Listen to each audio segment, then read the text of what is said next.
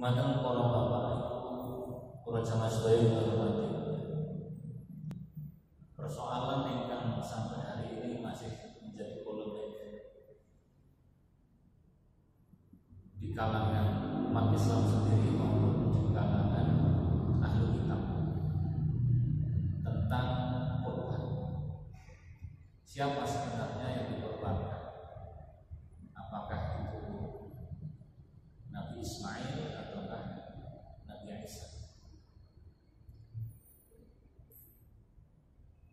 Ulama-ulama ahlu sunnah wal jamaah itu juga berbeda pendapat. Ada yang mengatakan bahwa yang dikorbankan itu adalah Nabi Ismail. Ada juga yang mengatakan bahwa yang dikorbankan itu adalah Nabi Isa. Jadi kita hati-hati. Kita hati-hati ketika ada orang berpendapat yang dikorbankan itu adalah Nabi Isa. Hati-hatinya bagaimana? Jangan langsung dicap dia sebagai ahli kitab. Karena juga pendapat-pendapat ini ada sanadnya. Demikian juga yang berpendapat bahwa yang disembelih dikorbankan itu adalah Nabi Ismail. Jangan sampai ketika kita berkeyakinan bahwa yang dikorbankan adalah Nabi Isa, berpendapat baik, riwayat besar dan sebagainya. Kedua-duanya ada riwayatnya dan sanadnya sampai kepada sahabat.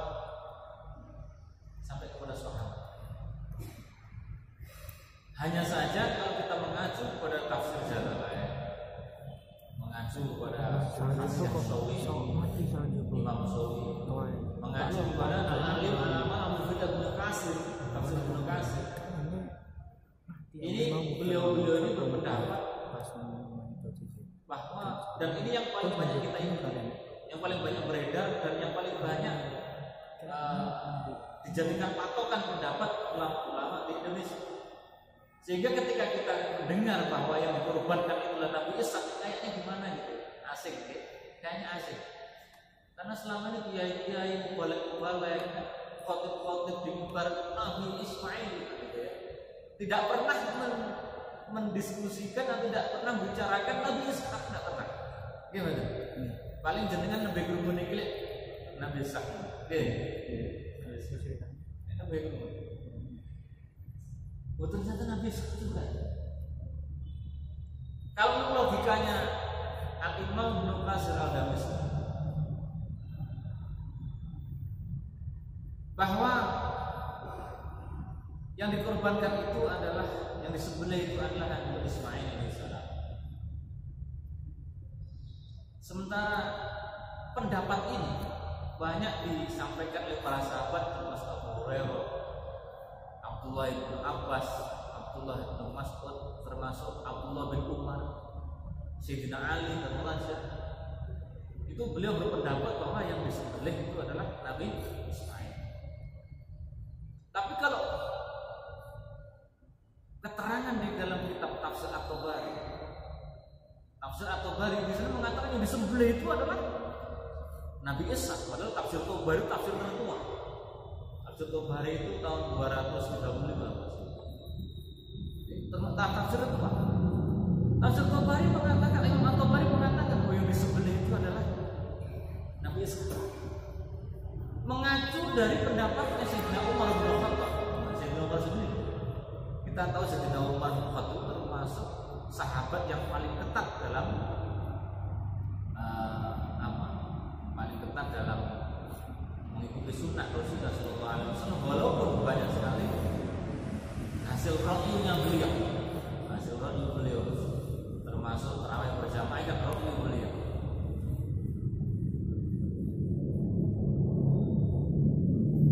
Beliau mengatakan bahwa yang dikorbankan di sebelah itu adalah Nabiullah Isa. Menurut Al-Imam Ibnu Katsir, kenapa pendapat ini berkembang? Kenapa Nabiullah Isa, pendapat Nabi Isa yang berkembang di kalangan kaum muslimin? Ibnu Katsir bahwa cerita penyembelihan Nabi Isa ini banyak dipengaruhi oleh kaum Bani Israel, baik itu Yahudi maupun Nasrani. Kenapa? Ini lagi-lagi persaingan bani. Ini dimanapun perselisihan juga tidak jauh dari perselisihan bani masa Indonesia.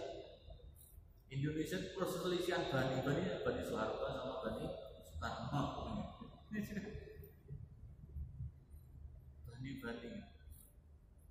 itu sama. Perselisihan agama samawi yang sama-sama ahlul kitab, pemegang kitab. Sampai terjadi perselisihan yang tajam sampai hari ini. Juga perselisihan bani. Yang satu bani Ishak, yang satu bani Ismail. Yang bani Ishak didukung oleh kaum Nasrani, Yahudi, Nasrani. Kenapa cerita ini kemudian dikembangkan supaya sampai sana kepada kakek moyangnya di mana Nabi Ishak alaihissalam. Nah, sementara yang ahlul Quran ini lebih banyak berpendapat bahwa yang disembelih itu adalah Nabi Ismail, karena Nabi Ismail inilah sanad yang nyambung dengan Rasulullah Muhammad Sallallahu Alaihi Wasallam. Lagi-lagi soal legitimasi juga kita, makanya kadang-kadang legitimasi itu bisa dimunculkan dengan cerita-cerita yang bombastis. Jenengan tidak kenal Pak Karno, supaya jenengan itu kagum dengan Pak Karno, maka diceritakan tentang Pak Karno yang hebat-hebat. Hebatnya Pak Karno. Karno itu termasuk paling bom, ada yang bilang begitu. Nah, yang gitu yang tidak umpan bom, gitu ya.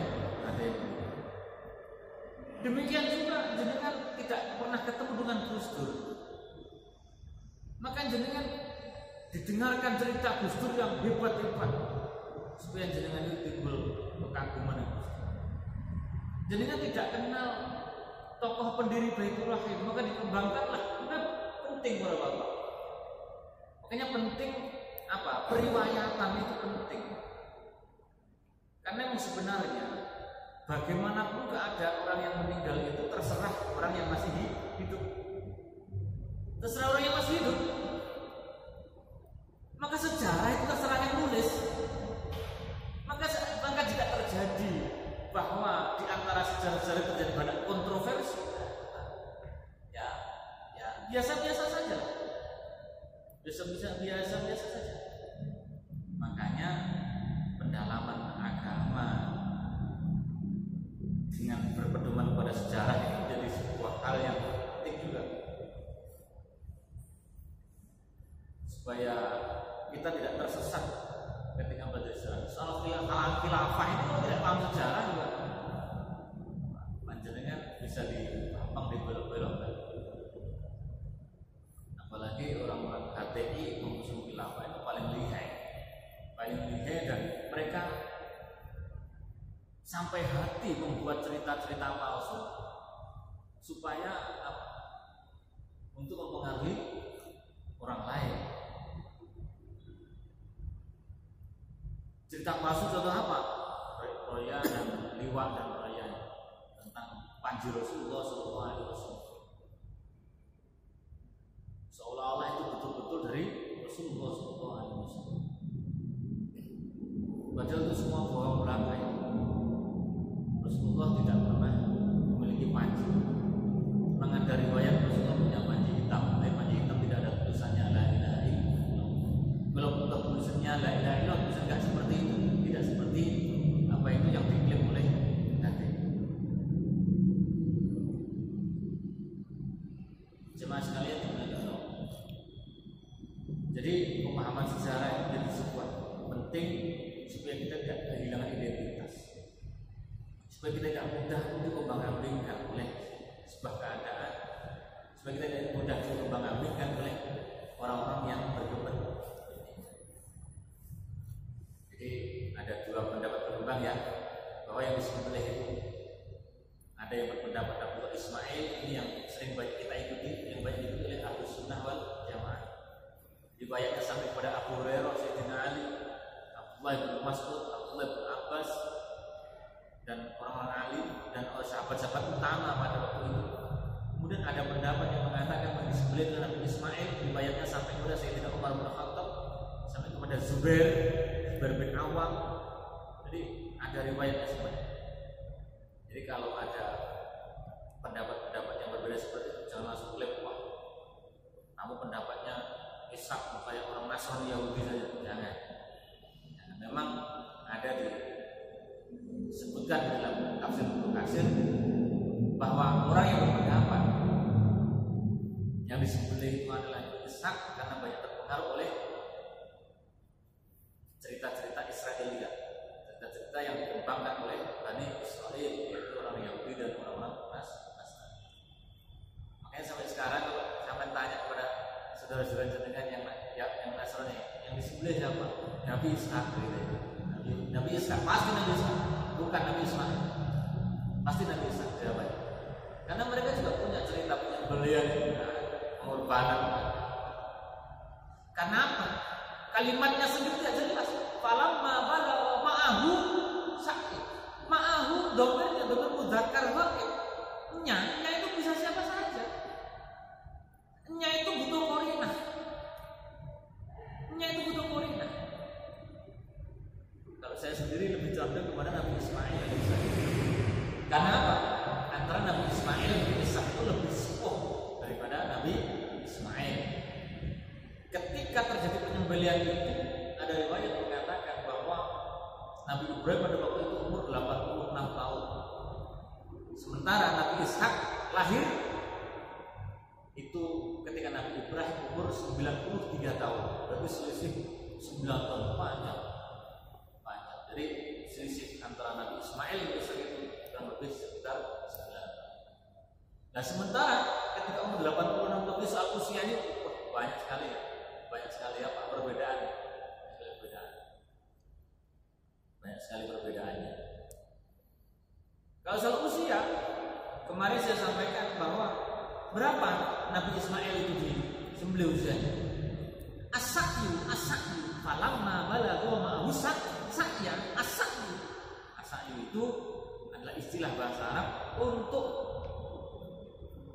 menyebut suatu perkembangan masa manusia ketika mencapai masa remaja. Makanya remaja itu ya sekitar itulah antara 9 sampai 13 tahun. Antara 9 sampai 12 tahun. Tapi kita tidak berpolemik tentang itu semua, tapi kita mencoba mengambil hikmah dari cerita itu semuanya. Bahwa di sana ada peranan orang tua,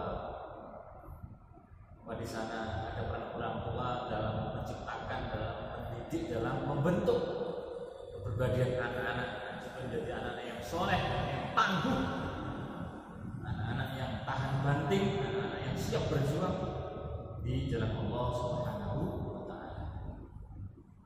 Itu yang terpenting. Sehingga ketika anak ini benar-benar sudah siap, maka mudah sekali anak-anak kita mengucapkan satajiduni insyaallah minas, insyaallah aku akan mendapati aku termasuk golongannya orang-orang yang sabar. Kenapa di sini sabar?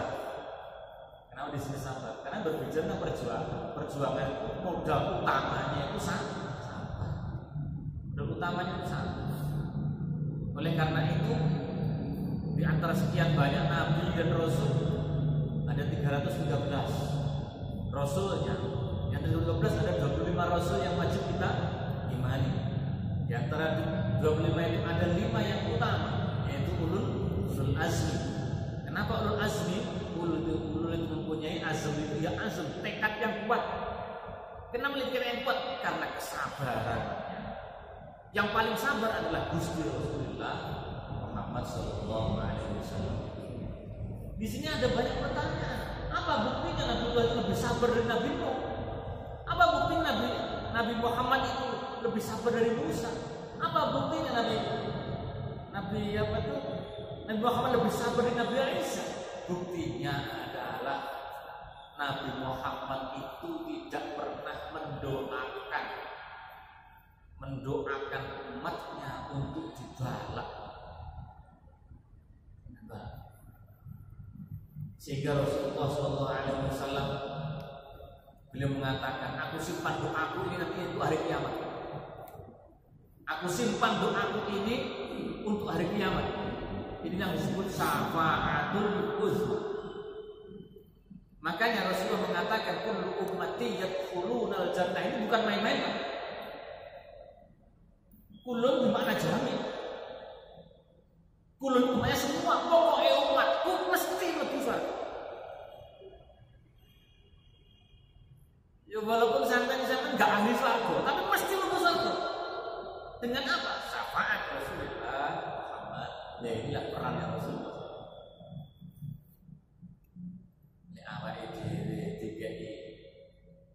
Dikai sate 10 tusuk lek matur nuwun alhamdulillah.